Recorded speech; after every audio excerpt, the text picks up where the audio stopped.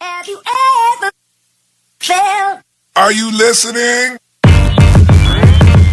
Damn.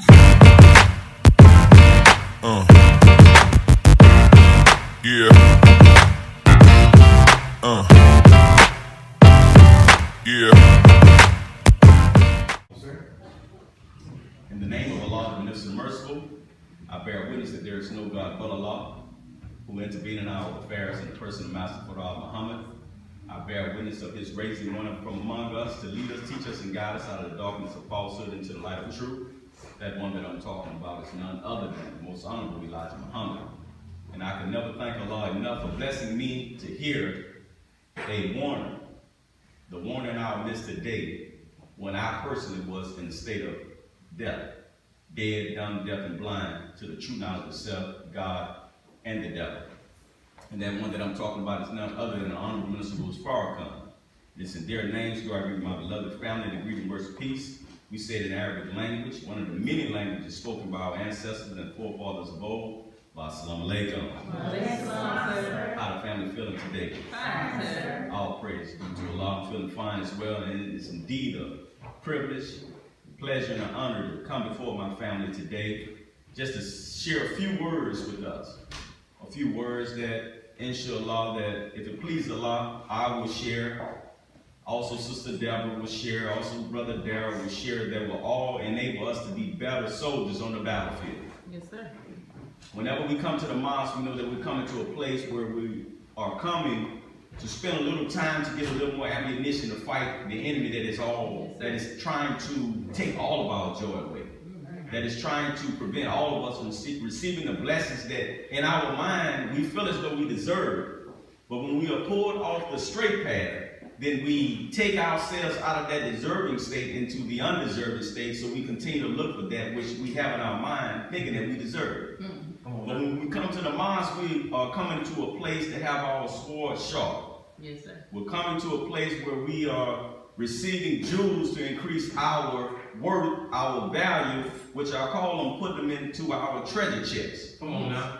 And so we have to be mindful that many of those that enjoyed yesterday did not wake up to enjoy today.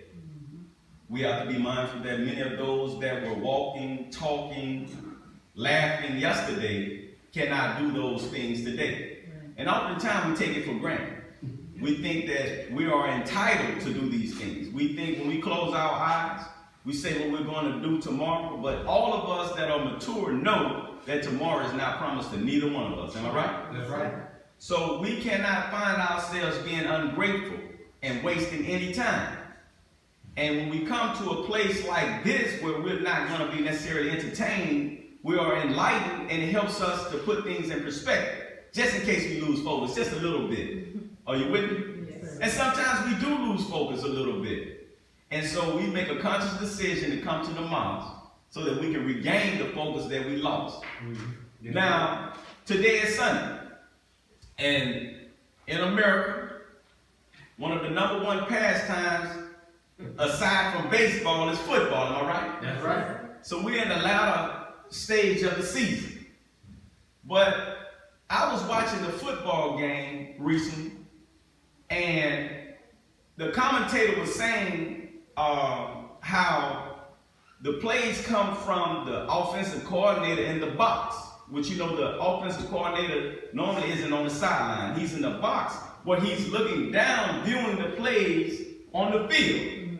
So he sits up high and views down low, looking at everything that if you and I on the battlefield, we can't necessarily see things. That is from an old view perspective. You understand what I'm saying? Come on now. We can only see what's in front of us, what's to the left, what's to the right, right? The offensive coordinator, he is analyzing everything from on high. And so he calls the plays and he shares information with the quarterback, right? Who's the general on the field. But out of a 40-second window, he can only have a discussion with the quarterback for 20 seconds. He can't continue to talk to. After 20 seconds is a cutoff. So 20 seconds he received information, instructions from the offensive coordinator, and the last 20 seconds is on him to execute. He can't go into the 30th second and say, hey, what is looking like now? No. You receive instructions, it's time to execute. So when I was listening to the commentator share that information, I never knew it. And so for every physical reality, we know that they are the spiritual counterpart. Yes, sir. Am I right? All right. So I was thinking in life, all of us that have accepted the teachings of the Most Honorable Muhammad, right? When you're looking at Allah's man, Allah's messenger, Allah's guide to you and I, he is able to assess and evaluate things from a higher perspective.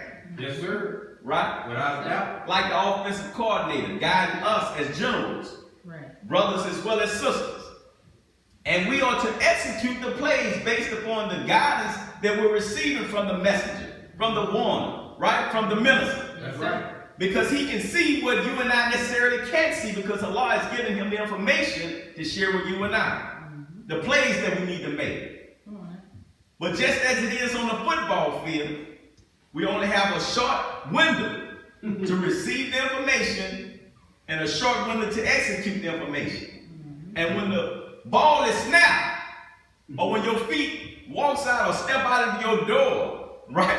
Or when you step through the door of your job, or when you step through the door of your relative's home, then it's time for us to execute. That's right. Because that's when the pressure began to take place, right? Come on now. Right? That is when the defensive side of the ball is coming at you. To strip your ball. To strip your jaw. Huh? To strip you of what you feel as though you and I are entitled to the blessings, right? We were doing good until we stepped through the door. Now it's time for us to execute. Are you with me? Yes, sir. So and it's quick movement. And so that's why the Quran speaks about Satan or the devil dropping evil suggestions and firm resolutions. A suggestion isn't something that's just blatantly said, right? You can be sitting somewhere and on side of somebody and they can just say something, right? And not necessarily be talking directly to you, but you can hear it and it can influence your thinking. Yes, sir. Huh? Yes, sir. I know it ain't just happened to me. Come on now. Am I right? Come on now. All of us can identify a scenario like that. Yes, sir. Yes, sir. Whether we were at home or abroad. And so we all have to be mindful that this is Satan's world and he's trying to suck us in the vacuum of his word. So we come to the mosque to get that ammunition that we need to execute properly, the game plan. Right. And all of us know that the body of knowledge that we receive from the Most Honorable Muhammad is a thorough game plan. That's right. It ain't lacking nothing. So we come to the mosque, right? Whether it's on Sunday, whether it's on Monday, whether it's on Wednesday, Friday, or Saturday, to work out our game plan. And we working it out with our other offensive players. Come on now. Right? Our brothers and our sisters. Yes, sir. And trying to get this game plan together after we receive information from the God's offensive coordinator. And who I'm talking about right now is Honorable Minister Louis Farrakhan. Come on now. And I think all of us can attest to the fact that he's been guiding us very well, right? Yes, That's sir. right. Giving us all the information that we need so that we can execute in this battlefield, or on this battlefield that all of us are on. But I want to move quickly right into the second leg or second phase of the program, and that is to bring someone up that is a hard worker on the battlefield, right? Oftentimes, and since I'm talking about football, oftentimes we look at the sisters, they're on the sideline cheering, right? In the NFL. Come on now. That's in the NFL. That's in the NFL. Not in the They're on the sideline cheering in the NFL.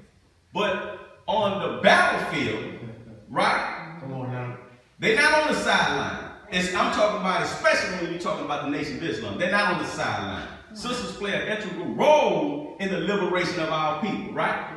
So we don't encourage the sisters to stay on the sideline. We encourage the sisters to join us in this work that needs to be done. Yes, sir. Right? And that is raising our people to the state of consciousness that will enable us to overcome the grip that this beast have on our people. Come on now. Are you listening? Damn.